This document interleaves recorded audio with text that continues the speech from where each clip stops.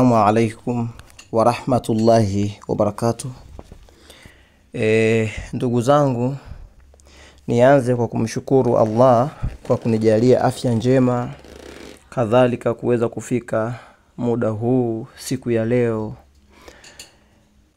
Pili kabisa nimtakie sala na salamu mtukufu wa daraja Mtume Muhammad sallallahu alayhi wasallam, na Allah ajalie tuwe minal faizin, sote kwa pamoja ni miongoni mwa waliofuzu wenye kufaulu fi dunia wal akhirah.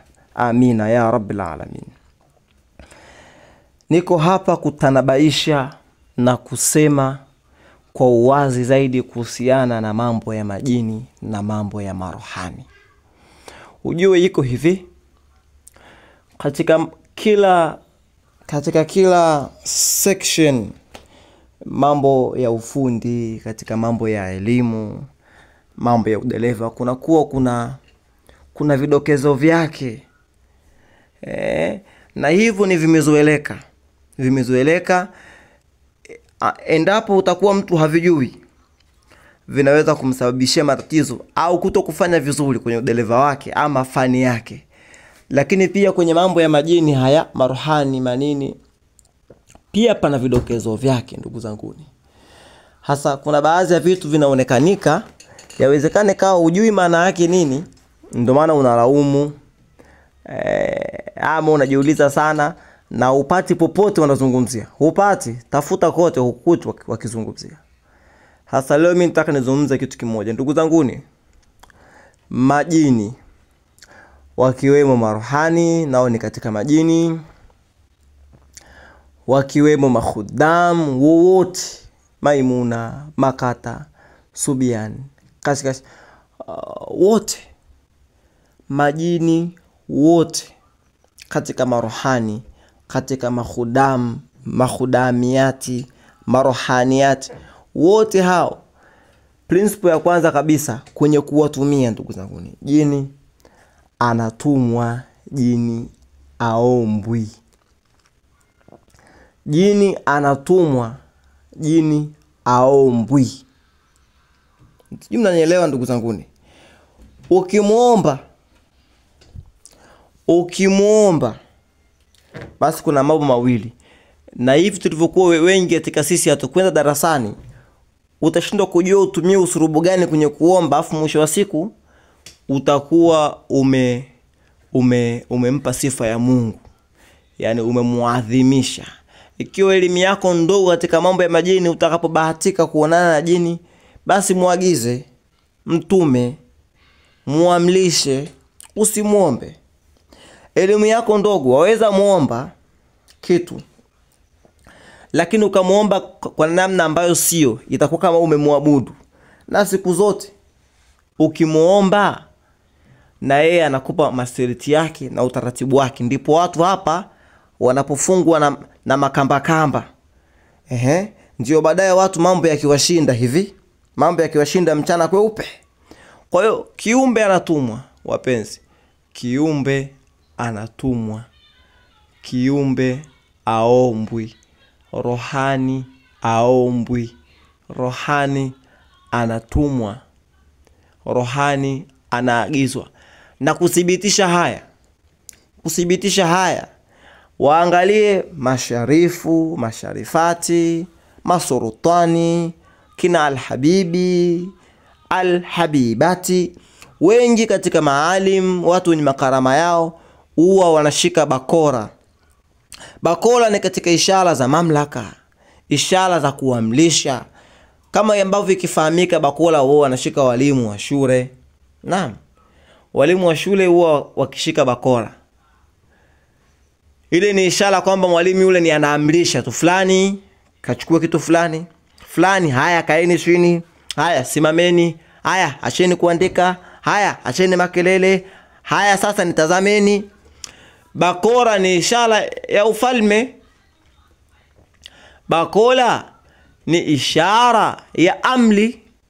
Ndio maana ukaona wengi katika maalimu wakishika fimbo, kuonesha kwamba muda wote wao wanaamrisha, wale viumbe wako chini yao. Na ndio maana hata miongoni mwa wale watu ambao wanakuwa wakijaribu kuita maruhani kwa kutumia elimu. Unajua iko hivi, waweza kuita kwa kutumia karama ama elimu. Na pia katika elimu waweza ita kwa namna mbili, elimu ambazo zimezoeleka hizi, na kuna elimu ambazo za kificho. Sasa hizi elimu za kuzoeleka watakwambia pana mfumo fulani wa kuita kiumbe, wanakuambia lazima wewe una fimbo ya mvinje. Sasa fimbo ya mvinje, fimbo ya mvinje ina kwa ajili ya kuamlisha. Unaambiwa kiumbe akija muamlishe kupitia ile fimbo, ukimwelekezea kwamba fanya hivi kupitia ile fimbo. Na pia tuona hata hizi fimbo zimekuja sasa hivi. Fimbo ziko za aina nyingi kweli. Sasa pana fimbo ambazo ziko fimbo zimetengenezewa material ya plastiki, mengine yako na kama elastic material za kuvutika hivi. Alafu pia na pana fimbo za miti. Za miti ni nzuri kwa sababu pia hata wale wenye kutengeneza hizo fimbo za miti wanajua matumizi yake. Hivyo wanatumia miti yenye kufaa katika hizo masala, katika hizo mambo. Kwa hiyo pia ikiwa jini anaamlishwa, utaona hata baadhi ya maalimu wakivaa majoho kuonesha mamlaka, ishara za kimamlaka. Joho ni mamlaka, ndio maana majoho katika baadhi ya watu hata huko Afrika ya zamani walikuwa wakivaa masultani, wakivaa wafalme majoho, nguo za kuburuzika zile, kuonesha ufahari kwamba huyu mtu ndo peke yake anaweza kutoa hukumu ya kunyongwa mtu hapa kijijini.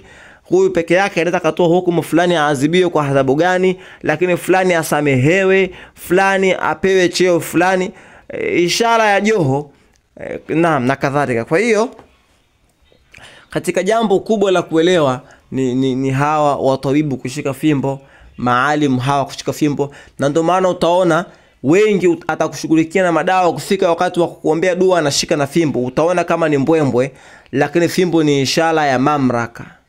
Sasa utasema hata mwanadamu utasema sasa mbona kama jini unamuomba mbona unamlipa?